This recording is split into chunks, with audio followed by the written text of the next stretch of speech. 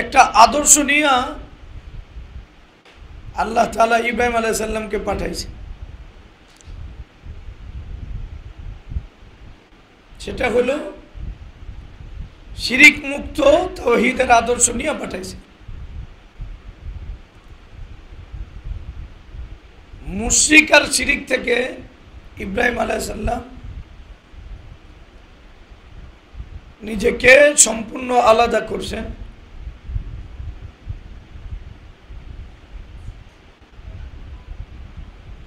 তো ইব্রাহিম আলাইহিস সালামের আদর্শের জায়গাটা হলো শিরিক আর মুশরিক থেকে আলাদা হইয়া তাওহীদের সাথে যুক্ত হওয়া।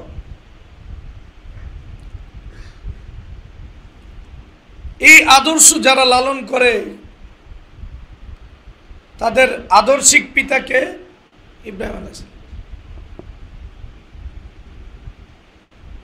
আর এই মিশনের পূর্ণতা আল্লাহ তাআলা রাসূলুল্লাহ সাল্লাল্লাহু আলাইহি সাল্লামের মাধ্যমে করছেন।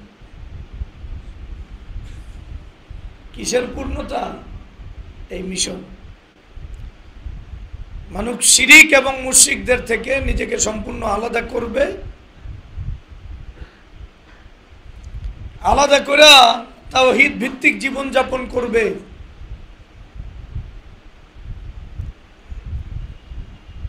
এই মিশনের পূর্ণতা দানকারীকে রাসূলুল্লাহ সাল্লাল্লাহু আলাইহি আর রাসূলুল্লাহ সাল্লাল্লাহু আলাইহি ওয়াসাল্লাম কার্যত এই মিশনকে বাস্তবায়ন করছেন। ফাতহে মক্কাতে রাসূলুল্লাহ সাল্লাল্লাহু আলাইহি ওয়াসাল্লাম মূর্তি ভাঙছেন না? কথা বলে না, ভাঙছেন। আর কোরআনের যে আয়াত পড়ছেন ওই আয়াত ছিল ওয়াকুল জাআল হাক্কু ওয়া যাহাকাল বাতিল ইন্নাল বাতিলা কানা যাহুকা। এই আয়াত পড়ছেন আর কি করছেন? মূর্তি ভাঙছেন। সব শেষ। ইব্রাহিম আলাইহিস সালাম যেইভাবে তার পিতা এবং তার স্বজাতির সাথে সম্পর্ক ছিন্নের ঘোষণা দিয়েছেন এবং তাদের কর্মকাণ্ডের ব্যাপারে সম্পর্ক ছিন্নের ঘোষণা করছেন, রাসূলুল্লাহ সাল্লাল্লাহু আলাইহি সাল্লাম ঠিক বারাআর মাধ্যমে, কিসের মাধ্যমে? সূরা বারাআর মাধ্যমে স্বজাতির সাথে যারা মুশরিক ছিল তাদের সাথে সম্পর্ক ছিন্নের ঘোষণা করছে। তাহলে মুসলমানদের সাথে শিরিক আর মুশরিকদের সাথে কোনো সম্পর্ক থাকতে পারে না, সেটা যে কোনো শিরিক হোক। আরবের শিরিক মোটা দাগে দুই ধরনের ছিল। কয় ধরনের? একটা হলো মূর্তি কেন্দ্রিক শিরিক, আরেকটা হলো তাদের পূর্বপুরুষরা মন গড়া যে সমস্ত নিয়ম নীতির উপর তাদের সমাজকে চালাইছে, ওই রীতিনীতি, এটাও শিরিক। এটাও কি? তাহলে আরবের মুশরিকরা দুই ধরনের শিরিকে জড়িত ছিল। একটা মূর্তি, আরেকটা হলো তাদের পূর্বপুরুষ, তাদের সামাজিক যেই রীতিনীতি নিয়ম, আল্লাহর হুকুমের বাইরে যায় প্রণয়ন করছে, ওই সমস্ত রীতিনীতি বা আদর্শকে ফলো করা, এটা আরেক ধরনের শিরক। তো ইসলাম আসার পরে যেইভাবে মূর্তিকে খতম করা হয়েছে, এইভাবে আরবদের মাঝে তাদের বাপদাদা কর্তৃক শরীয়ত বিরোধী যে সমস্ত নিয়ম নীতি ছিল, এটাকেও পরিপূর্ণভাবে মিটায় দেওয়া হয়েছে।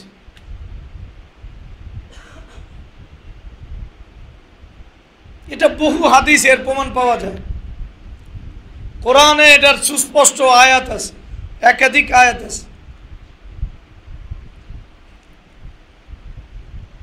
এবং আয়াত যেটা আছে এটা দেখলে কোরআনের সাথে সাংঘর্ষিক যে দিকটা আনা হয়েছে, সাংঘর্ষিক দিকটাকে তাদের বাপদাদাদের যে শিরিক, তাদের মানার যে শিরিক, এটাকে সাংঘর্ষিক দিক হিসাবে বেশি করে ফুটানো হয়েছে। ওয়াইদা কিলা লাকুম তাআলাউ ইলা মা আনজালাল্লাহু ওয়া ইলার রাসূল ক্বালু হাসবুনা মা ওয়াজাদনা আলাইহি আবানা। যখন আল্লাহ যে বিধান নাজিল করছেন, ওই বিধানের দিকে তাদেরকে আহ্বান করা হয়েছে, এই বিধানকে মানো। তখন তারা মূর্তি দেখায় নাই, কিন্তু তারা কি দেখাইছে? হাসবুনা মা ওয়াজাদনা আলাইহি আবানা, আমাদের জন্য এটাই যথেষ্ট, আমাদের বাপদাদারা যেই নিয়ম নীতি ফলো করছে ওটাই আমাদের জন্য যথেষ্ট, এটা দেখাইছে। এবং আবু তালেব মৃত্যুর সময় যে কথা বলছে, মূর্তির কথা বলে নাই, বাপদাদাদের আদর্শের কথা বলছে। ওয়ালাকাদ আলিমতু বিআন্না দীনা মুহাম্মাদিন মিন খাইরিল আদিয়ানিল বারিয়াতি দীনা লাউলাল মালামাতু ওয়া হিদারু মুসাব্বাতিন লাওয়াজাদতানি সামহাম বিযাকা মুবিনা। আবু তালেব এই কথা বলছে, আমি জানি তোমার ধর্ম সত্য, পৃথিবীতে এর চেয়ে সেরা কোনো আদর্শ নাই। এখানে দিন বলতে তুমি যেই নিয়ম নীতি নিয়ে আসছো এটাই সেরা। এখন আমি যদি তোমার নিয়ম নীতিকে গ্রহণ করি আর আমার বাপদাদার নিয়ম নীতিকে ছাড়ি, রুলসকে ছাড়ি, তাহলে মানুষ আমায় তিরস্কার করবে। তো মৃত্যুর সময় আবু তালেব কোন শিরকের কথা বলছে? বাপদাদারা যেই নিয়ম নীতি নিয়ে এই মক্কাকে চালাইছে ওই নিয়ম নীতির কথা বলছে। অর্থাৎ মানব রচিত যে বিষয়গুলো ছিল শরীয়ত বিরোধী, তখন তো আর প্রতিষ্ঠিত সংবিধান ছিল না, বাপদাদারা যেটা করে গেছে ওটাই করত। এখন জাহিলিয়াত আরো বাড়ছে, এটা আবার সংবিধান হয়েছে।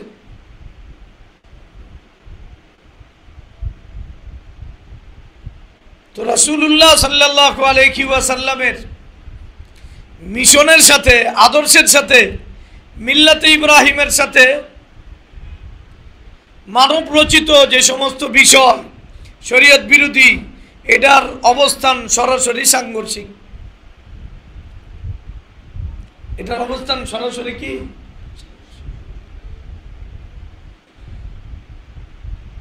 এই অবস্থান একবারে কিয়ামতের আগ পর্যন্ত বাকি থাকবে। শিরিক আর মুশরিক যেই নামে আসুক, সেটা শিয়ার নামে আসুক, সেটা সেকুলারের নামে আসুক, সেটা গণতন্ত্রের নামে আসুক, তাওহীদের সাথে এই সংঘর্ষ অনিবার্য। এই সংঘর্ষ কি অনিবার্য, এটা হতেই হবে সংঘর্ষ। এজন্য বর্তমান বাংলাদেশের যে সেকুলার সিস্টেম আছে, কি সিস্টেম? সেকুলার সিস্টেম বুঝে? এটার বাংলাতে কি বলে? এটা কি ধর্মনিরপেক্ষতা? কথা কেন এটা ধর্মনিরপেক্ষতা? এটা তো আসলে এই ধর্মনিরপেক্ষ যে মতবাদ, এটারে সেকুলারিজম যেটা, এটা আমাদের কাছে সুন্দর ভাষায় পেশ করা হয়েছে।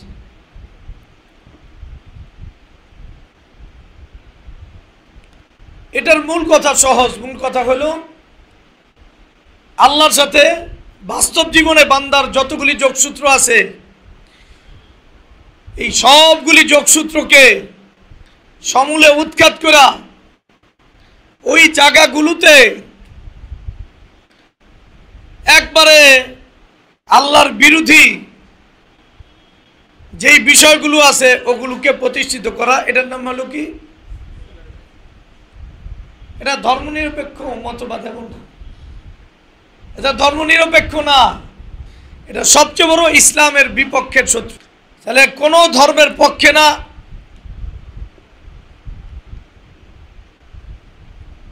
বিষয়টা এমন না। নিরপেক্ষ এমন না।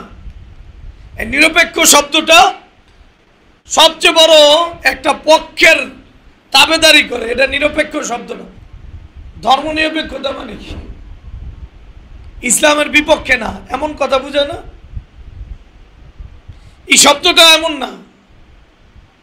সেকুলারিজম মানে হলো প্রত্যেকটা বাস্তব জীবনে মানুষের সাথে কোরআনের, দ্বীনের, আল্লাহ রাসূল সাল্লাল্লাহু আলাইহি সাল্লামের সম্পর্কের যতগুলো দিক আছে সবগুলো দিককে একবারে নিকৃষ্ট ভাষায় মূলোৎপাটন কইরা একবারে পুরোপুরি শয়তান রচিত, মানব রচিত যাই কর, এটাকে প্রতিষ্ঠিত করার নাম এটা কি? সেকুলার। এটা ধর্ম নিরপেক্ষতা না, এটা সম্পূর্ণ আল্লাহর দ্বীনের খতম করে আল্লাহর দ্বীনকে মানুষের কাছে ঘৃণিত বানাইয়া এটাকে মানুষের চিন্তা চেতনায়, বিশ্বাসে, আচরণে, উচ্চারণে, চালচলনে, পোশাকে, সমাজে, রাষ্ট্রে, বিচারে, সংসদে সব জায়গায় প্রতিষ্ঠিত করে। এটার নাম সেকুলারিজম। মানুষের বাস্তব জীবনের সাথে আল্লাহর কোনো সম্পর্ক থাকবে না। মানুষের শিক্ষা, দীক্ষা, সংস্কৃতির সাথে আল্লাহর সম্পর্ক থাকবে না। কেউ যদি আল্লাহ সম্পর্কে কথা বলে, তারা এই সেকুলারিজম ধর্মের সবচেয়ে বড় টার্গেটেড বস্তু। এটাকে দাজ্জালি ফিতনার সবচেয়ে ভয়ঙ্কর ফিতনা যদি কেউ আখ্যায়িত করে, তাহলে এটাকে যথার্থ মূল্যায়ন করতে পারছে। কি বললাম? দাজ্জালি ফিতনা। দাজ্জাল আসলে আল্লাহ তাআলার মনোনীত যেই বিধিবিধান, এটাকে মুসলমানদের থেকে শেষ করার জন্য তার আগমন ঘটবে। দাজ্জাল একটা মানুষ, তো দাজ্জাল যেটা দিবে ওটাকে মানুষ গ্রহণ করবে। আল্লাহ রাব্বুল ইজ্জত যেই বিধিবিধান দিয়েছেন এটাকে মানুষ প্রত্যাখ্যান করবে। এটা হলো দাজ্জাল, এটা হলো দাজ্জালি ফিতনা। হ্যাঁ, আমি এটা দাজ্জালি কেন বললাম? যে মানুষ আল্লাহকে সব জায়গা থেকে প্রত্যাখ্যান করার পরেও মানুষের দিলের ভিতরে এটা আসবে না যে সে আল্লাহকে সব জায়গা থেকে প্রত্যাখ্যান করছে, সে নিজেকে জান্নাতি, মুওয়াহিদ, শিরক মুক্ত মনে করবে। মানুষের দিলে আসবে না। আল্লাহকে সব জায়গা থেকে সে প্রত্যাখ্যান করছে, এটা মানুষের দিলে আসবে না। অথচ কোনো এক জায়গায় যদি কেউ আল্লাহর বিধানকে প্রত্যাখ্যান করে, যার দিলে তাওহীদ আছে, কোনো এক জায়গায় যদি আল্লাহর বিধানকে প্রত্যাখ্যান করে, তাহলে তার তাওহীদ কি থাকে? কথা বলো। তাওহীদ মানি হলো এটা যে মানুষ আল্লাহকে এক এবং অদ্বিতীয় মনে করার অর্থ হলো বাস্তবিক বিধিবিধান মানার ক্ষেত্রে আল্লাহ তাআলাকে সবার থেকে এসে আলাদা করে। আল্লাহকে যেই জায়গায় রাখে, ভালো করে বোঝেন, ওই জায়গায় অন্য কাউকে রাখে না। আল্লাহ তাআলার ইবাদতের নির্দেশ হোক অথবা ইবাদতের বাহিরে, নামাজের বাহিরের যেই জীবন হোক, সেখানে আল্লাহর নির্দেশকে সে সবার উপরে রাখে। এটার নামই তো তাওহীদ। কথা বলেন। তাওহীদের সাথে আমার যোগসূত্র এই জায়গা, আমি যেইভাবে আল্লাহকে এক এবং অদ্বিতীয় মনে করি, এটা আমার জীবনের যে আচরণ উচ্চারণ এটা থেকে ফুটায় তুলি। কথা বুঝতে কষ্ট হইতেছে? কষ্ট হচ্ছে? যদি কোনো এক জায়গায় আমি মনে করি এই জায়গায় আল্লাহকে মানা যাবে না, অথবা এই জায়গায় শরীয়তকে টেনে আনা দরকার নাই,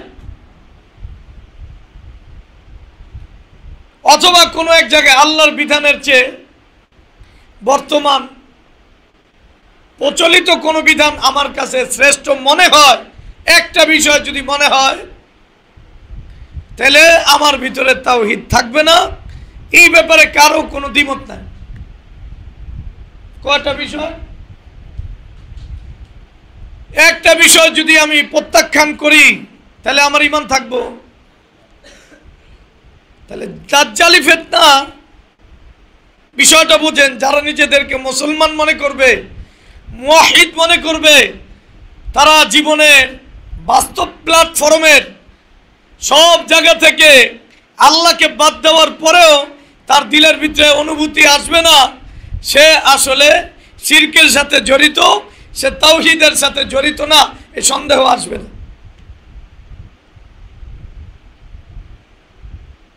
কারণ দাজ্জাল মানুষকে ফিতনার ভিতরে ফেলাইব, আবার মানুষ যে ফিতনার ভিতরে পড়ছে এটাকে সে উপলব্ধি করতে পারবে না। তাহলে একজন ঈমানদার যদি একটা বিধানকে প্রত্যাখ্যান করে, বাস্তব জীবনে সুস্পষ্ট শরীয়তের একটা বিধান প্রত্যাখ্যান করে, তাহলে সে মুসলমান। কথা বলে না? এই ব্যাপারে কারো কোনো ইখতিলাফ আছে? তাহলে বর্তমান যারা ইসলামী রাষ্ট্র ব্যবস্থা খেলাফাকে অস্বীকার করে, মানে না যারা, এরা নিজেদেরকে আসলে কি শিরকের সাথে জড়িত মনে করে না ঈমানদার মনে করে? কথা বলে না? তাহলে এত বড় একটা বিষয় শরীয়তের, যেটা জাতিগতভাবে সবার উপরে জরুরি, কিন্তু এটাকে প্রত্যাখ্যান করা, গণতন্ত্রকে গ্রহণ করা, মানুষ কি মনে করে সে মুওয়াহিদ, সে ঈমানদার। অথচ এটা এমন একটা বিষয়, খেলাফার বিষয়টা, এটা মুতাওয়াতের বিষয়। কি বিষয়? আরবি একটা পরিভাষা, সর্বোচ্চ লেভেলের বিষয়কে বোঝানোর জন্য কি বোঝায়? মুতাওয়াতের বোঝায়। এটা এমন জিনিস যে আল্লাহ রাসূল সাল্লাল্লাহু আলাইহি ওয়াসাল্লামের কথা অনুযায়ী মদিনা চলছে, এটা জানে না এমন কেউ আছে? আবু বকর, ওমর রাদিয়াল্লাহু আনহুমা, উসমান ইবনে আফফান রাদিয়াল্লাহু আন, আলী ইবনে আবি তালিব রাদিয়াল্লাহু আন,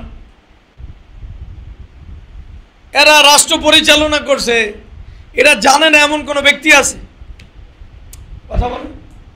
কোরআন যেইভাবে আমাদের কাছে একটা স্বীকৃত বিষয়, আর খেলাফা বিষয়টা একটা স্বীকৃত বিষয়, একটা বদহি বিষয়, যেই বিষয় ব্যাখ্যার কোনো সুযোগ নাই, কোনো ধরনের ব্যাখ্যার সুযোগ নাই। বর্তমান মুসলমানরা এই বিষয়টাকে চোখ বুঝে অস্বীকার করে কি করে না? এটা হলো দাজ্জালি ফিতনা। সে একবারে বদহি বিষয়, মুতাওয়াতের একটা বিষয়কে অস্বীকার করার পরে নিজেকে মুসলমান মনে করে। এই লোকটা দাজ্জালি ফিতনা আক্রান্ত, দাজ্জাল না আসলেও এই লোকটার হাসর দাজ্জালের সাথে হবে। কথা বুঝেন নাই? সে ফিতনা করেছে এটা সে মনেই করে না। জিহাদ শরীয়তের একটা পরিভাষা না? কথা বলেন, পরিভাষা কি পরিভাষা না? এটা কি ফুকায়ে কেরাম এটাকে আলাদা পরিভাষা আনছে না? পরিভাষা মানে কি?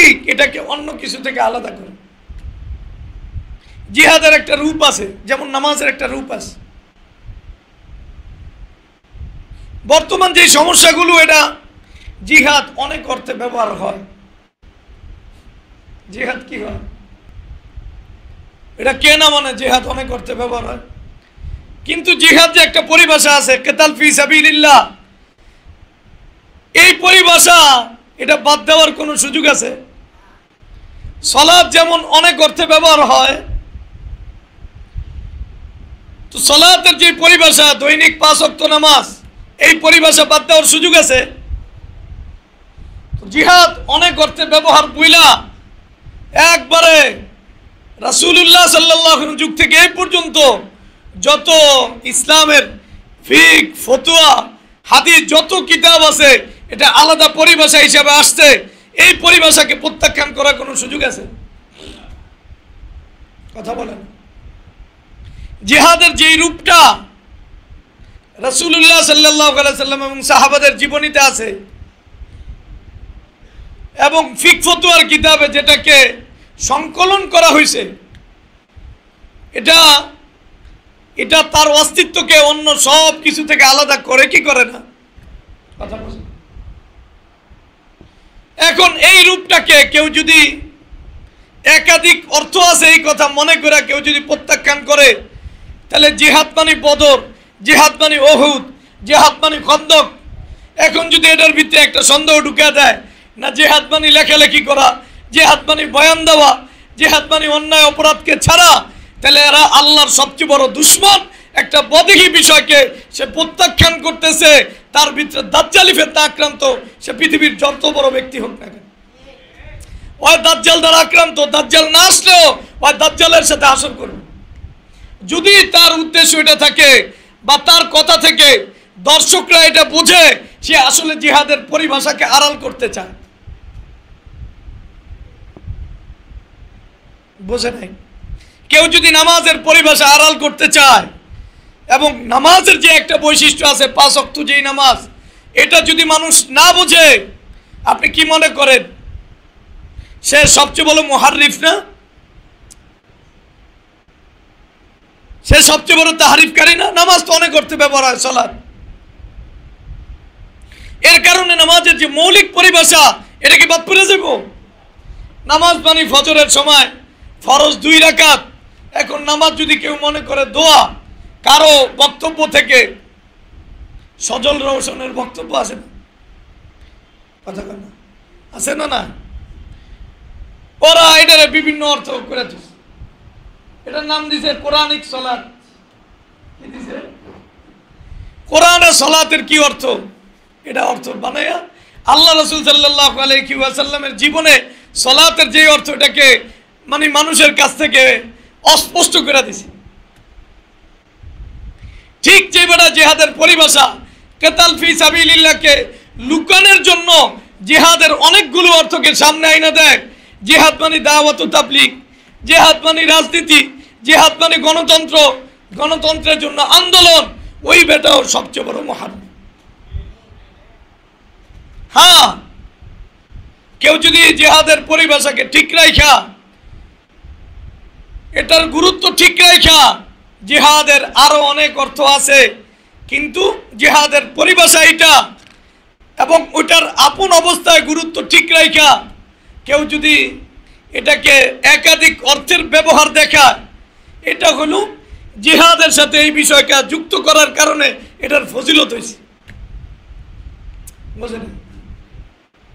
মনে করেন একজন মানুষ ডাক্তার ইউনূসের বর্তমান সময়ের সামসা ধরে, ওটা ইংলিশে নাম দেয় পিএস না কি জানি নাম করে, এটা আমার কাছে বাংলা শব্দ কি সামসা, এটাই সুন্দর শব্দ। ওরা ইংলিশ কইয়া এটার আড়াল করছে। পিএস আর চামচায় দুইটার ভিতরে কোনো ব্যবধান আছে? বরং চামচারা যদ্দূর চামচামি করে, পিএস এর চেয়ে বেশি চামচামি করে। ও হইল শিক্ষিত চামচা। এই শব্দগুলো আপনাদের মনে রাখতে হবে। ইংলিশ দিয়া আপনারে একটা এটার একটা পুরো ভাব দিয়া দিয়েছে, অত বিখ্যাত চামচা। আমার কাছে আসলে প্রত্যেকটা শব্দ এটা হাকিকত বুঝতে মন চায়। আপনি কি করেন? ও কি আসলে চামচা না? যারা পিএস হয় এর চেয়ে বড় চামচা আছে নাই। তো মনে করেন এই ডাক্তার ইউনূসের সাথে এটার একটা যোগসূত্র হওয়ার কারণে ওটার ভিতরে একটা শক্তি আসে কি আসে না? ডাক্তার ইউনূস যদি না থাকে তাহলে চামচার ভ্যালু আছে না? ওরা মানুষে জুতা দিয়ে পিটাইব, ওই দেশ তারা হয় বেশি। ডাক্তার ইউনূসের চেয়ে বেশি চামচারা দেশ তারা, নেতার চেয়ে বেশি নেতার পাতি যেটা ওটার মানুষের ধরে বেশি। মূল নেতাকে আওয়ামী লীগের মারতে পারে না বেশি মানুষ, মারছে চামচাটিরে, কথা বলে না। তাহলে মূলটা না থাকলে চামচার ভ্যালু থাকে না, এটা ক্লিয়ার কি ক্লিয়ার না? যদি জিহাদের মৌলিক পরিভাষা না থাকে, অন্যান্য যেটা জিহাদের অর্থে মানে জিহাদের ভিন্ন ভিন্ন অর্থ, ওটার কোনো ভ্যালু থাকে না। সালাত এটা যদি মৌলিক পরিভাষা না থাকে, সালাতের অন্যান্য অর্থের কোনো ভ্যালু নাই। এখনো বুঝে নাই। একজনের সালাতের সাথে যুক্ত না, হয় দোয়ার ভিত্তে ব্যস্ত অথবা কোমর দুলানিতে ব্যস্ত। সালাতের এক অর্থ কি? কোমর দুলানো। কি বাবা এই অর্থ নাই? এটা আল্লামা জামাখশরী রহমতুল্লাহ আলাইহি আছে। সালাতের মুস্তাকমিল বয়ান করতে গিয়া জামাখশরী এটা কি আনছে? কোমর দুলানো। কি দুলানো? তাহলে এখন মনে করেন যদি কেউ সালাতের পারিভাষিক অর্থ বাদ দিয়া এই কোমর দুলানো নেয়, তাহলে যারা নর্তকী ডান্সার এই বেশ্যারা ওরা সবচেয়ে বড় নামাজি হয়ে যাবে না? কথা বলেন। এজন্য জিহাদের পরিভাষাকে বাদ দিয়া কেউ যদি ভিন্ন ভিন্ন অর্থ লেখালেখি করা, বয়ান করা, ভোট দেওয়া, গণতন্ত্র করা, ওরা যেইভাবে সালাতের পারিভাষিক অর্থ বাদ দিলে নর্তকীরা এটা আসলে সত্যিকারের মুসল্লি হয়ে যাইব, এইভাবে যদি জিহাদের মৌলিক পরিভাষা বাদ দেয়, তাহলে সত্যিকার অর্থে যারা ডান্সার এরা সত্যিকারের মুজাহিদ হয়ে যাবে। বুঝেন নাই? তাহলে যত বড় সেলিব্রিটি হোক বাংলাদেশে, এদের অর্থ এদের ভাব থেকে যদি বোঝা যায় এরা জিহাদকে প্রত্যাখ্যান করা জিহাদের ভিন্ন অর্থ করতেছে, এটা হলো ডান্সারদেরকে নামাজি বানায় দেওয়ার মতো ঘটনা ঘটছে। এরা মুহাররিফ, এরা আল্লাহর দুশমন। এবং কত বড় দুশমন? ও দাজ্জালি ফিতনার সবচেয়ে বড় দায়ী প্রোডাক্টার। দাজ্জাল যেই কথা বলতো, এখন দাজ্জাল একজন সেলিব্রিটি নামে জবানে কথা বলতেছে। কারণ দাজ্জালের বিভিন্ন রূপ আছে। একটা হাদিসে যেমন দাজ্জালের একটা ব্যক্তি আছে, আরেকটা হলো নতুন নতুন কথা নিয়া, নতুন নতুন ভাবধারা নিয়া একবারে শরীয়তের বিধানটাকে নতুন রূপে পেশ করবে। এমন বহু দাজ্জাল কিয়ামত পর্যন্ত আগমন করবে। রাসূলুল্লাহ সাল্লাল্লাহু আলাইহি ওয়াসাল্লাম, বুখারী মুসলিম সব বহু জায়গায় আছে। আমার পরে বহু দাজ্জাল আসবে, নবী আসবে, দাজ্জাল আসবে, হাদিসে আছে না? অনেক দাজ্জাল আসবে। মানে কি? দাজ্জাল যেইভাবে শরীয়ত বিরোধী বিষয়টাকে মুসলিম নামধারীদের ভিতরে এমন ভাবে প্রবেশ করাইতে পারে যে ইসলামের বিরোধিতা, চূড়ান্ত বিরোধিতার পরেও সে মনে করে সে আসলে ইসলামের ভিতরেই আছে। ঠিক এই দাজ্জালের রূপে বহু দাজ্জাল দুনিয়াতে আসবে, যারা শরীয়তের বিপরীত আরেকটা বিষয় মানুষের ভিতরে ঢুকাইব, আর মানুষ বুঝবে না এটা আসলে শরীয়তের বিপরীত। এটা হলো দাজ্জালের এজেন্ডা বাস্তবায়নকারী কোন সেলিব্রিটি সাহেব। আমার কথা মনে হয় একটু কঠিন হইতেছে। ওরা দাজ্জাল, আপনার এটার ব্যাপারে ইয়াকিন রাখতে হবে, নাহলে আপনার ঈমান ঠিক থাকবে। সুতরাং যারা ইসলাম বিরোধী সুস্পষ্ট বিষয়কে বিভিন্ন ব্যাখ্যার নামে অথবা বিভিন্ন বেনামে সুন্দর নামে মুসলমানদের জীবনে এমন ভাবে প্রবেশ করা যে মুসলমান জানেই না এটা আমাকে ইসলাম থেকে সরায় দেয়, এই কাজটা আমরা অপর নাম যদি দেয়, এটা হলো দাজ্জালি ফিতনা। যে ফিতনার ব্যাপারে উপলব্ধি নাই যে আমি ফিতনা আক্রান্ত। কথা মনে হয় বুঝতেছেন? বুঝতেছেন তো? এইটা হলো রাসূলুল্লাহ সাল্লাল্লাহু আলাইহি ওয়াসাল্লাম বলছেন, শেষ যুগে যে ফিতনা, যে শিরিক, এই শিরিকগুলো মানুষের ভিতরে কাদাবিবিন নামলি, একবারে মসৃণ পাথরের উপরে অন্ধকারের ভিতরে পিপিলিকা হাঁটলে যেমন কোনো শব্দ হয় না, কোনো অনুভূত হয় না, ঠিক শেষ যুগে শিরিকগুলো মানুষের জীবনে এইভাবে প্রবেশ করে। তো আমি যেই কথা বুঝাইতেছি, তাহলে ইব্রাহিম আলাইহিস সালাম আমাদের নাম রাখছে কি? মুসলিম। কোন আদর্শের ভিত্তিতে? শিরিক মুক্ত তাওহীদের আদর্শের ভিত্তিতে। এই শিরিকের দুইটা অর্থ বলছি, একটা মূর্তি আর একটা বলছি মানব রচিত যে শরীয়ত বিরোধী কার্যক্রম, এটা কোরআন বিরোধী যে সমস্ত আয়োজন আছে এগুলো। তো মূর্তির ব্যাপারে যেইভাবে কোরআন সরব, এই শিরিকের ব্যাপারেও কোরআন কি সরব। তাহলে একজন মানুষ নিজেকে মুওয়াহিদ মনে করে, তার ভিতরে মূর্তি পূজা যেইভাবে থাকতে পারবে না, ঠিক তার ভিতরে শরীয়ত বিরোধী সুস্পষ্ট কোনো বিষয় থাকতে পারবে না। যদি শরীয়ত বিরোধী কোনো বিষয় তার ভিতরে থাকে আর এটাকে নিয়ে সে খুশি থাকে আর শরীয়তকে সে প্রত্যাখ্যান করে কোনো একটা বিষয়ে, সে ইসলামের ভিতরে থাকার কোনো সুযোগ নেই। যেমন উদাহরণ দিতে গিয়ে আমরা খেলাফার কথা বলছি, এটা কোরআনের মতো মুতাওয়াতের একটা বিষয়। জিহাদ কিতাল ফি সাবিলিল্লাহ, একবারে ময়দানের লড়াই, এটা এমন বধি বিষয়, এটা ইহুদি জানে, খ্রিস্টান জানে, সবাই জানে। এখন যদি কারো দিলের ভিতরে এই পরিভাষাটা হারায় যায় এবং এই পরিভাষার পরিবর্তে জিহাদ বিভিন্ন অর্থে ব্যবহার হয়েছে, ওটা যদি কেউ আসল জিহাদ মনে করে, যাদের দ্বারা মনে করবে আর যে মনে করবে, আর বাস্তব জিহাদকে যে অস্বীকার করে বসবে, এই সমস্ত ব্যাখ্যার আড়ালে সে আসলে দাজ্জালি ফিতনায় আক্রান্ত। সে কিসে আক্রান্ত? কারণ এই পরিভাষা সবাই জানে জিহাদ মানে কিতাল ফি সাবিল।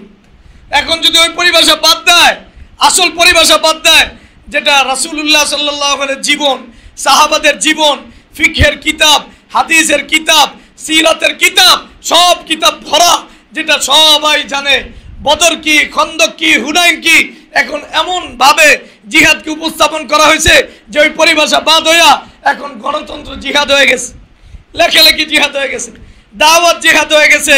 তাহলে এরা মুহাররিফ, এরা দাজ্জালের এজেন্ডা বাস্তবায়নকারী, এরা আসলে শায়েখের নামে দাজ্জালের ফিতনাকে উম্মার মাঝে ছড়ায় দিতে চায়।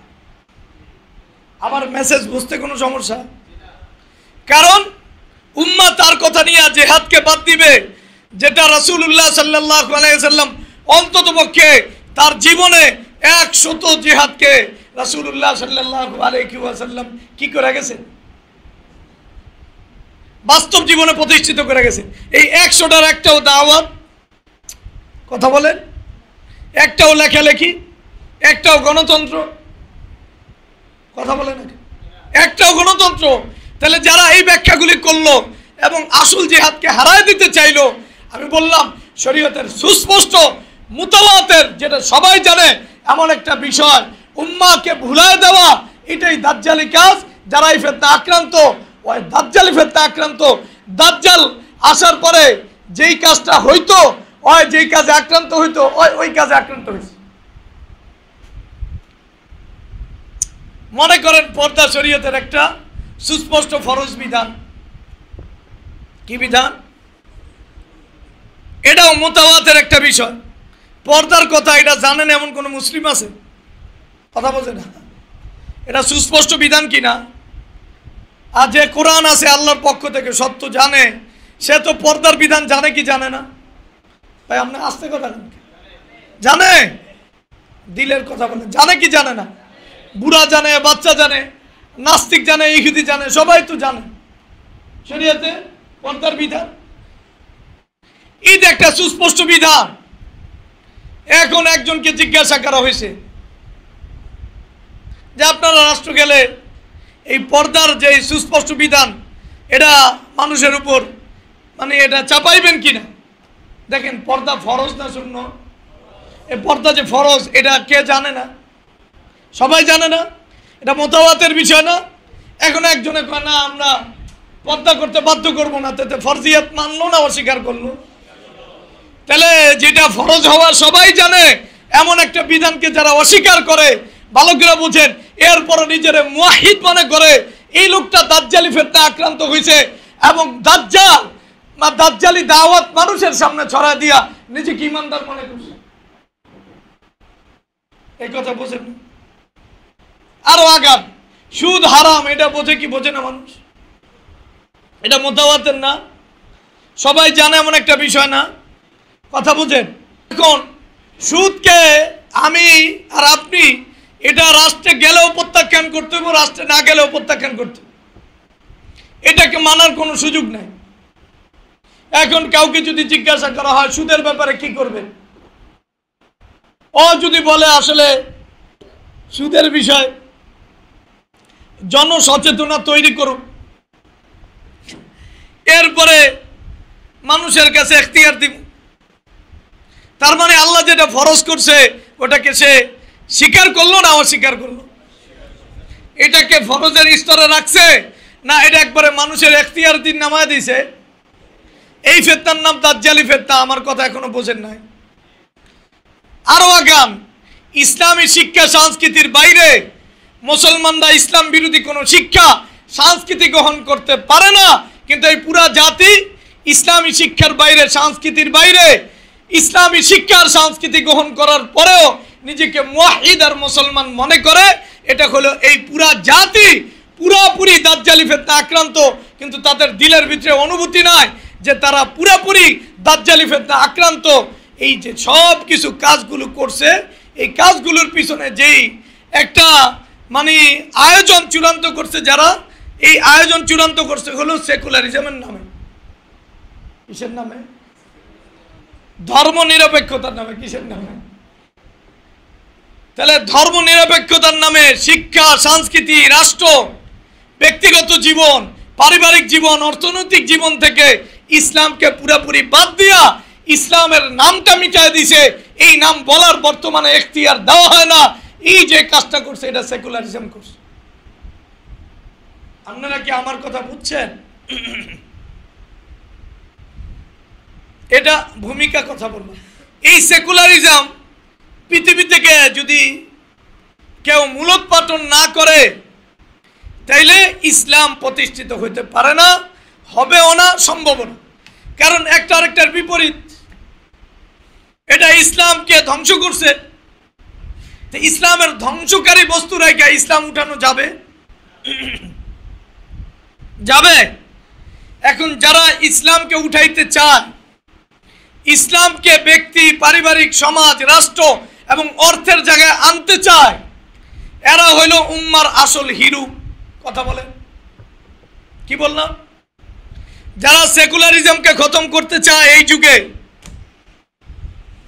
এই সেকুলারিজমকে নিজের আসল দুশ্মন মনে করে, ওরা সত্যিকারের মিল্লাতে ইব্রাহিমের উপর প্রতিষ্ঠিত, ওরা রাসূলুল্লাহ সাল্লাল্লাহু আলাইহি ওয়াসাল্লামের সত্যিকারের আদর্শের উপর প্রতিষ্ঠিত। সেই রাসূলের আদর্শ বুঝে ওয়া ইযা কিলা লাহুম তাআলু ইলা মা আনজালাল্লাহু ওয়া ইলার রাসূল, আল্লাহ যত বিধান নাজিল করছে ওই বিধান এবং রাসূলুল্লাহ সাল্লাল্লাহু আলাইহি ওয়াসাল্লামের দিকে তোমরা আসো। করা বলে হাসবুনা মা ওয়াজাদনা আলাইহি আবা। আমরা আমাদের বাপদাদাদের যে আদর্শ পাইছি, কথা বুঝেন না? আর বর্তমান হলো ইহুদি নাসারারা যে আদর্শ আমাদেরকে দিছে, শিক্ষা, সংস্কৃতি, অর্থনীতি, রাজনীতি, সমাজনীতি, ওটাকে আমরা ধরে নিমু, আমরা ইসলামকে নিমু না। এই যে মনোভাব যেটা তৈরি হয়েছে, এর বিরুদ্ধে এই যুগে যে দাঁড়াইতে পারবে না, আল্লাহর কসম ওই মিল্লাতে ইব্রাহিমের দাবিদার না, ওই মিল্লাতুশ শয়তান এবং মিল্লাতুদ দাজ্জালের অনুসারী। কথা বোঝে না? তাহলে মিল্লাতে ইব্রাহিমের দাবিদার, সে তাওহীদকে শিরিক মুক্ত করবে না? প্রত্যেক যুগে করবে কি করবে না? এই যুগে আসল হলো সেকুলারিজমের বিরুদ্ধে সে দাঁড়াইব মানে সে আদর্শের জায়গায় এই মানব রচিত ইহুদি নাসারাদের থেকে এবং ইন্ডিয়া থেকে আমদানিকৃত যে শিক্ষা, সংস্কৃতি এবং মানব রচিত যেই বিধান সারা পৃথিবী, বিশেষ করে বাংলাদেশে প্রতিষ্ঠিত, এটার বিরুদ্ধে যে দাঁড়াইবে না, এটাকে যে আদর্শিক শত্রু মনে করবে না, সে সত্যিকার অর্থে দাজ্জালের ফিতনা আক্রান্ত। সে যত বড় মুসল্লি হোক, সে যত বড় মুমিন হোক, সে যত বড় নিজেকে আল্লাহওয়ালা দাবি করুক, আমরা তাদেরকে আউলিয়া ও শয়তানি বলবো, অন্য কিছু বলবো। কারণ আদর্শিক বিচ্যুতি এটা ক্ষমার যোগ্য না। এটা কিসের যোগ্য না? ভালো করে বোঝেন। আর যে এটাকে আদর্শ বানায়, সেকুলারিজমকে খতম করে ইসলামকে আনতে চায়, এরা জাতির আসল হিরো। এরাই মিল্লাতে ইব্রাহিমের পুরাপুরি অনুসারী। এদের দ্বারাই আল্লাহ দিনকে বিজয় করবে। সে যত তুচ্ছ লোক হোক, এই আসলে সত্যিকার অর্থে এই মুসলিম জাতির জন্য সত্যিকারের আইকন এবং আদর্শ। এই সমস্ত লোক যারা তাওহীদকে জিন্দা করে শিরিককে খতম করতে চায়, বর্তমানে এটার বৃহত্তর পরিভাষায় হলো সেকুলারিজম, এটাকে পুরোপুরি খতম করা, যে তাওহীদকে সব জায়গায় প্রতিষ্ঠিত করতে চায়। শিক্ষা, সংস্কৃতি, ব্যক্তিগত, পারিবারিক, সামাজিক, রাষ্ট্রীয় জীবন যেইভাবে আল্লাহ রাসূল সাল্লাল্লাহু আলাইহি ওয়াসাল্লাম মদিনায় প্রতিষ্ঠিত করছেন, খোলাফারা প্রতিষ্ঠিত করছে, যারা এই মিশন আর ভিশনকে নিজের জীবনের টার্গেট বানায়, এরা সত্যিকারের মিল্লাতে ইব্রাহিমের অনুসারী, যেই মিল্লাতে ইব্রাহিম রাসূলুল্লাহ সাল্লাল্লাহু আলাইহি ওয়াসাল্লাম আমাদের কাছে পরিপূর্ণভাবে রেখে গেছে। তাহলে যারা আদর্শিকভাবে ইসলামকে তার ব্যক্তি, পরিবার, সমাজ, রাষ্ট্রে প্রতিষ্ঠিত করতে চায় না, সে দাজ্জালি ফিতনায় আক্রান্ত। এবং এর বিরুদ্ধে যে দাঁড়ায়, ইসলামের বিরুদ্ধে, ইসলামের দণ্ডবিধির বিরুদ্ধে দাঁড়ায়, খেলাফার বিরুদ্ধে দাঁড়ায়, জিহাদের বিরুদ্ধে দাঁড়ায়, শিক্ষার বিরুদ্ধে দাঁড়ায়, সংস্কৃতির বিরুদ্ধে দাঁড়ায়, ইসলামের নারীদেরকে যেই হক দিছে, নারীদেরকে কি দিছে? হক দিছে। নারী অধিকার আমি বলতে চাই না, নারীদের যে প্রাপ্য ইসলাম দিছে, এটা যদি কেউ বলে আর এটার বিপরীত যে দাঁড়ায়, আল্লাহর কসম তার ভিতরে ঈমানের কোনো অংশ নাই, সে মিল্লাতে ইব্রাহিমের দাবিদার হওয়ার কোশ্চিন কালেও কল্পনা করতে পারে না। যতই সে নিজেকে মুসলমান দাবি করুক, এই দাবি তাকে দাজ্জালের কাছাকাছি নিবে, আল্লাহর কাছাকাছি নিবে। এখন বুঝার বিষয়, যারা এই দাবি করে এরা আসলে সত্যিকার অর্থে যতদিন থাকবো অতদিন আল্লাহ কিয়ামত দিব না, অতদিন দুনিয়া বাকি থাকবো। কারণ দিনটা যেইভাবে আসছে ওইভাবে রাখতে চায়। আল্লাহ ওয়ারাদিতু লাকুমুল ইসলাম দীনা, এই যে শব্দ, মানে তোমাদের জন্য আমি একবারে পছন্দ করা, খুশি হইয়া তোমাদের জীবনাচারের ক্ষেত্রে, অর্থাৎ তোমাদের শিক্ষা, সংস্কৃতি, তোমাদের অর্থনীতি, রাজনীতির ক্ষেত্রে, জীবনের যে তোমাদের বাস্তব প্রেক্ষাপটে আমি ইসলামকে চাই, এই ব্যাপারে আমি খুশি। এই যে আল্লাহ তাআলার এই দিন যারা চায়, এদেরকে আল্লাহ পছন্দ করেন, এরাই দিনদার, এরাই মিল্লাত ইব্রাহিমের অনুসারী। যারা এটা চায় না, শুধু নামাজ চায়, শুধু রোজা চায়, শুধু হজ চায়, আর জীবনের বাস্তব ক্ষেত্রে একবারে মানব রচিত কথা, সামাজিক কথা, নেতার কথা, রাষ্ট্রের কথা, ইউরোপ আমেরিকার কথা, ইউরোপ আমেরিকার শিক্ষা, সংস্কৃতি, পোশাক, সাজসজ্জা নয়, এরা সত্যিকারের আল্লাহর এই দ্বীনের বাস্তব দুশ্মন। এটা তাদের দিলের ভিতরে যদি না থাকে, তাহলে দাজ্জালি ফিতনায় সে আক্রান্ত। তা দিনকে আনতে না চায়া বরং সে দিন বিরোধী কাজকে আনতে চায়। এই আধুনিক শিক্ষা ঠিক আছে, এই অর্থ ঠিক আছে, এই রাষ্ট্রীয় ব্যবস্থা ঠিক আছে, যারা এটাকে বলে তারা আল্লাহর দুশমন। তাহলে জাতির যারা হিরো, ইউরোপ আমেরিকা দেখেন, এই জাতির হিরোদেরকে, যাদের মাধ্যমে আল্লাহ পৃথিবীতে আল্লাহর দিনকে আবার প্রতিষ্ঠিত করবেন, ইউরোপ আমেরিকার এই সভ্যতাকে শেষ করবেন। ভালো করে বুঝছেন, একবারে শিক্ষা থেকে, সংস্কৃতি থেকে, রাষ্ট্র থেকে, অর্থ থেকে, ইউরোপ আমেরিকার যে অসভ্যতা, মানব রচিত দাজ্জালি যে বিষয়, এগুলো যারা খতম করবেন, যারা জাতির আসল হিরো, এদেরকে জঙ্গি এবং সন্ত্রাসী টার্গেট বলা হয়েছে। এরা অস্ত্রীয় মাঠে না নামলেও এরা জঙ্গি এবং সন্ত্রাসী। কথা বলে না, এরা কি? জঙ্গি, সন্ত্রাসী। এটা হলো সবচেয়ে বড় শব্দ, সন্ত্রাস। এটা কি হয়? কি পৃথিবীর মানুষকে কোনো কিছু খাওয়ানোর জন্য প্রথমে এটার বৈধতা বিনির্মাণ করা হয়। কি নির্মাণ করা হয়? বৈধতা। তাহলে ইসলাম আর মুসলমানদেরকে টার্গেট বানানোর জন্য কিছু পরিভাষাকে তারা সামনে আনছে। যারা ইসলাম প্রতিষ্ঠিত করতে চায়, যারা তাদের আসল দুশমন, এদেরকে পরিপূর্ণভাবে নির্মূল করার জন্য ইউরোপ আমেরিকা সহ সারা বিশ্বের মিডিয়া এবং এই সেকুলারিজমে আক্রান্ত যারা, যারা দাজ্জালের সৈনিক, এরা আগে কিছু শব্দ এবং পরিভাষা আবিষ্কার করছে। এই পরিভাষার অধীনে তারা আসলে সত্যিকারের হিরো, যারা যারা মিল্লাতে ইব্রাহিম অনুসারী, এদেরকে পৃথিবী থেকে ধ্বংস করার জন্য, এদের বৈধতা সারা পৃথিবীতে প্রতিষ্ঠিত করার জন্য কিছু পরিভাষা সামনে আনছে। এর একটা পরিভাষা হলো জঙ্গি এবং সন্ত্রাসী। কথা বোঝেন নাই? তাহলে জঙ্গি সন্ত্রাসী কারা? এটার 1 নম্বর শর্ত হইলে ওর মুসলমান হওয়া লাগবে, নাহলে জঙ্গি সন্ত্রাসী হয় না। পৃথিবীতে জঙ্গি সন্ত্রাসী হয়তো অনেকে বলে আর কি অন্যদেরকে, ওইটা হিন্দুদেরকেও জঙ্গি মাঝে মাঝে সন্ত্রাসী বলে, আমরা বলি, কিন্তু যারা পরিভাষা নির্ধারণ করছে এরা হিন্দু খ্রিস্টান এদেরকে কি বলে না, জঙ্গি বলে না। এটার মূল ব্যবহার এবং বহুল ব্যবহার। 1 নম্বর শর্ত হলো জঙ্গি হওয়ার জন্য মুসলিম হওয়া। 2 নম্বর শর্ত হলো যারা ইসলামকে সব জায়গায় প্রতিষ্ঠিত করতে চায়, এমন বাসনা লালনকারী, এমন কথার প্রবক্তা, এমন কথা যারা ছড়ায়, এরা হলো সত্যিকারের জঙ্গি এবং সন্ত্রাসী। তাহলে প্রথম শর্ত কি হওয়া? তাহলে এই ধর্মকে টার্গেট করা হয়েছে কিনা? 2 নম্বর, এটা আরেকটু বিশেষভাবে যারা আল্লাহর দ্বীন ইসলামকে জীবনের প্রত্যেক ধাপে বাস্তবায়ন করতে চান, সে যত সাধু ব্যক্তি হোক, যত নিরপরাধ হোক, যত ভালো লোক হোক, সে ইসলামে চায়, রাষ্ট্রে চায়, অর্থে চায়, সামাজিক জীবনে চায়, পারিবারিক জীবনে চায়, ওই হলো জঙ্গি এবং সন্ত্রাসী। ওই নামাজ পড়ে, ওই বিনোদন বিরোধী লোক, ও টাকটুর নিচে কাপড় পরে না, এটার উপরে কাপড় পরে, ওই গিটার ভাঙিয়ে ফেলাইছে, ওই প্রেমিকার সাথে সম্পর্ক ছিন্ন করছে, ও এই গণতান্ত্রিক রাষ্ট্র ব্যবস্থা মানতে পারে না। এটি আলামত আছে না নাই?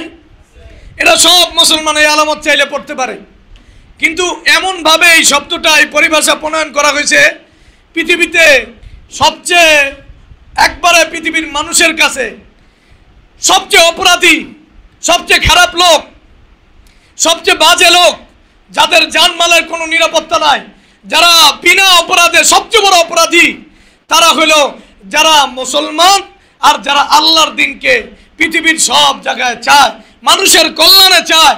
সব জায়গায় আল্লাহর দ্বীন হলে মানুষ শান্তি পাবে, নিজের জীবন দিয়া চায়, কারো জীবন নিয়ে না, নিজের জীবন দিয়া চায়, নিজের মাল দিয়া চায়, নিজের স্ত্রীকে বিধবা করে চায়, নিজের সন্তানকে বাবা হারা করে যারা চায় আল্লাহর দ্বীন রন্ধ্রে রন্ধ্রে প্রতিষ্ঠিত হোক, এদেরকে এই জঙ্গি আর সন্ত্রাসী নাম দেয়া পৃথিবীর সবচেয়ে বড় অপরাধীর তালিকায়, সবচেয়ে বড় খারাপ তালিকায় আনা হয়েছে।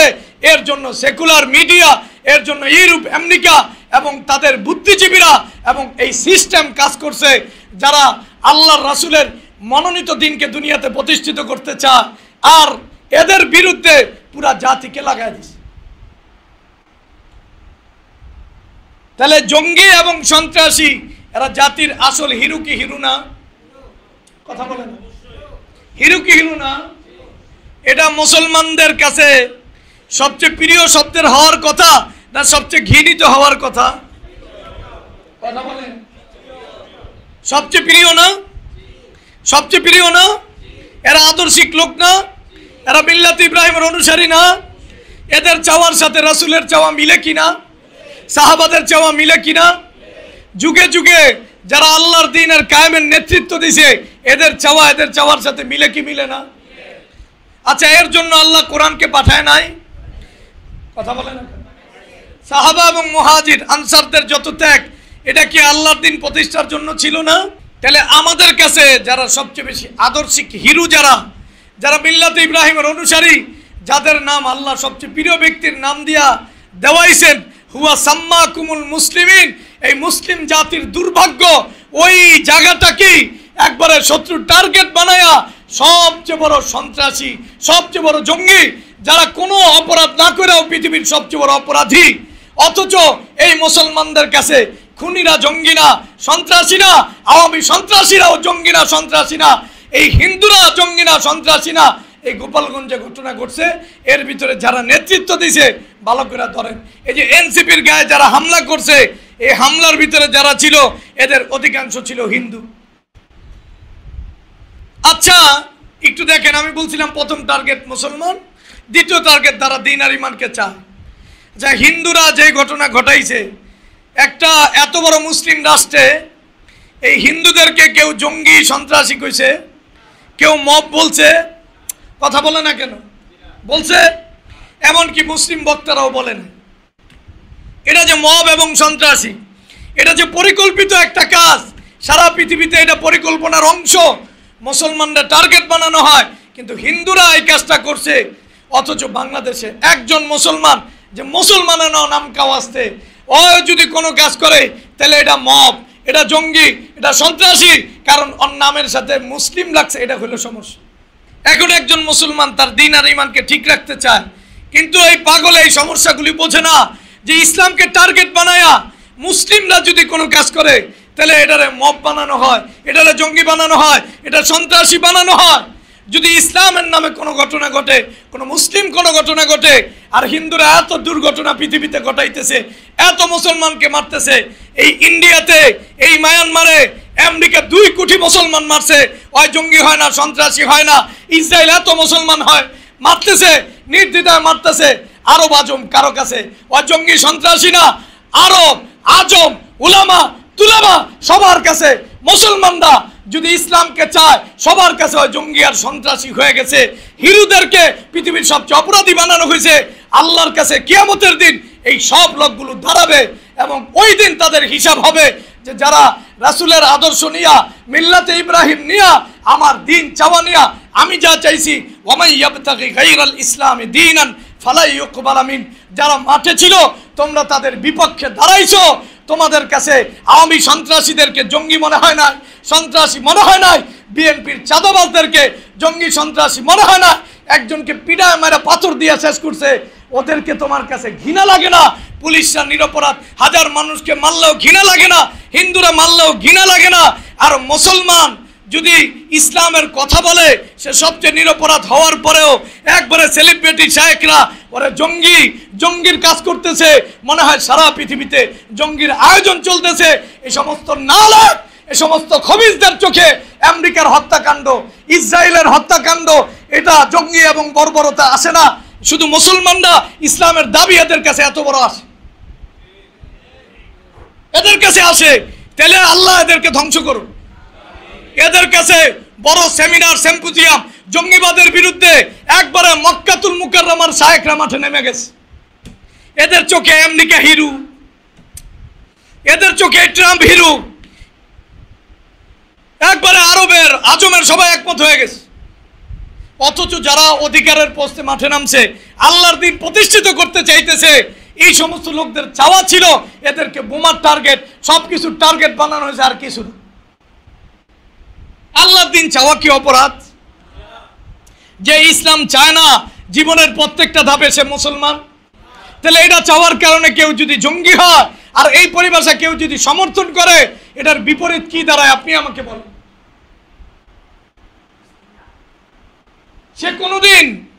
সে কোনোদিন নিজেকে মুসলমান দাবিদার হয়ে আল্লাহর সামনে দাঁড় করাইতে পারবো? কেমনে পারবো? সে আল্লাহর দিন চায় না, যারা চাইছে এদের বিরোধিতা করছে। অথচ সবচেয়ে নিষ্পাপ এবং অসহায় যারা, এদেরকে জঙ্গি এবং সন্ত্রাসী ত্যাগ দেওয়া হয়েছে। যারা কোনোদিন নিরপরাধীদেরকে টার্গেট বানায় না, এমন লোকদেরকে সবচেয়ে অপরাধী বানানো হয়েছে। বাংলাদেশের যত খুন আছে, যত খারাপই আছে, এই এক আওয়ামী লীগ এই 1-2 দিনের মাথায় একবারে 2000 মানুষকে খুন করে নাই ভাই। কথা বলেন না কেন? 50,000 মানুষকে বিকলাঙ্গ বানায় নাই, তো ওদের নামে জঙ্গি সন্ত্রাসী কেউ বলছে? এ ভাই কথা বলেন না কেন? ইসকন একটা জঙ্গি সন্ত্রাসী সংগঠন কেউ বলছে? কথা বলে না। গোপালগঞ্জের যে ঘটনা, হিন্দুরা জঙ্গি সন্ত্রাসী কেউ বলছে? ওদেরকে অতটুকু ঘৃণিত আকারে কেউ তো বলে না। কেউ না বলুক, ইসলাম আর মুসলমান যারা দাবি করে নিজেদেরকে, এই ব্যাপারে তারা কারা হিরু আর কারা আল্লাহর দুশ্মন এটা চিহ্নিত না থাকলে ইসলাম আর মুসলমান আর বাকি থাকবে? দেখেন, তাহলে বর্তমানে আবার এই জঙ্গি নাটক শুরু হয়েছে।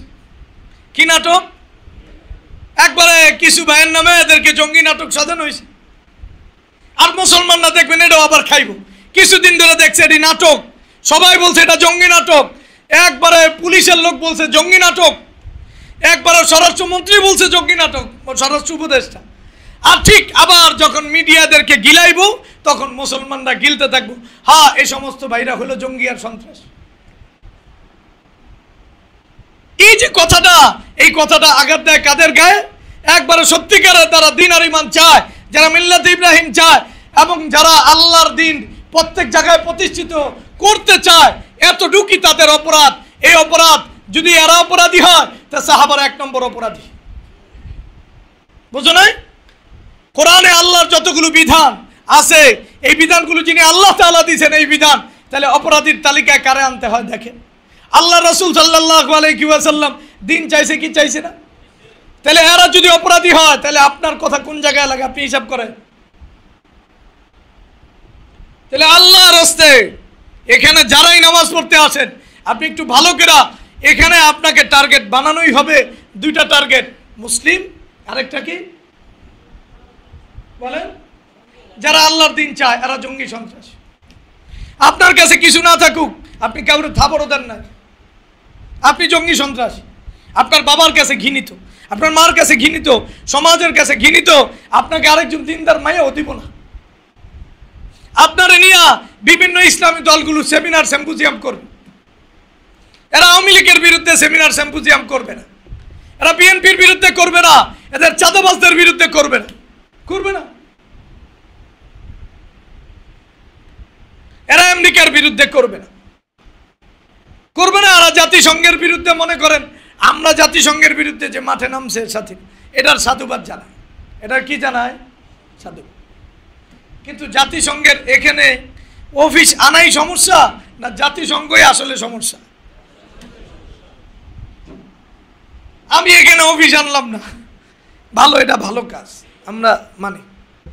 কিন্তু জাতিসংঘ এটা ইসলামকে ধ্বংস করার সংঘ না, কথা বলে। আমাদের এই আওয়াজ এটার সাথে যুক্ত করা লাগবে কি লাগবে না? যাই হোক, যে কথা বলতেছিলাম, জাতির আসল হিরো এদেরকেই জঙ্গি বানানো হয়। জঙ্গি বানানোর মৌলিক 2টা শর্ত, একটা হলো মুসলিম, আরেকটা ইসলামটা জীবনের সর্বত্র সে চায়, যার চাওয়া কোরআনের সাথে মিলে, রাসূলের সাথে মিলে, সাহাবাদের সাথে মিলে, যার চাওয়ার দ্বারা সে মিল্লাতে ইব্রাহিমের অনুসারী হয়, এমন লোকদেরকে জঙ্গি এবং সন্ত্রাসী বলা হয়। আপনি ভালো করে মনে রাখেন, আপনি এই টপ গিললে আপনি আসলে দাজ্জালি ফিতনায় আক্রান্ত। মুসলমানদের এই বাংলাদেশে সবার আগে ইজতিমাই ফরজ হলো, যারা ইসলাম আর মুসলমানকে টার্গেট বানায়া জঙ্গি আর সন্ত্রাসী তকমা দিয়া মুসলমান নিধনে নামছে, এই মুসলমানদের সম্মিলিত প্রচেষ্টা হবে এই জানোয়ারদেরকে, এই মিডিয়াকে সবচেয়ে প্রথম টার্গেট বানায়া, ওই মিডিয়া আর এই জানোয়ারদেরকে টার্গেট বানায়া মাঠে নামতে হবে। যদি এই দেশে ইসলামকে বাকি রাখতে হয়, দিনকে বাকি রাখতে হয়, যারা আসল হিরো এদেরকে বাকি রাখতে হবে। এই দেশে যদি আল্লাহর দিনকে প্রতিষ্ঠিত করতে হয়, তাহলে এদের সুরে সুর লাগাইয়া যারা দুশ্মন চিহ্নিত করা, এই সেকুলার মিডিয়া, সেকুলার রাষ্ট্র এবং সেকুলার যারা আছে, যারা সত্যিকার অর্থে যারা আল্লাহর দিন চায়, আন্তরিকতার সাথে চায়, এই তাদের বিরুদ্ধে মাঠে নামছে।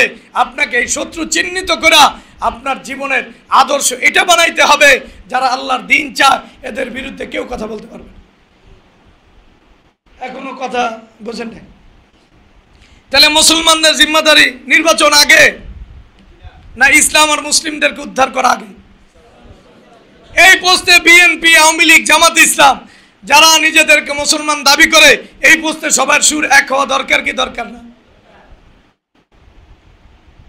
যে আমাকে যেটা দিয়ে টার্গেট করা হয়েছে, ইসলামকে যারা টার্গেট করতেছে, আমি তাদেরকে শত্রু বানাইলাম না, আমি এই রাজনীতি দিয়ে বাল করুম।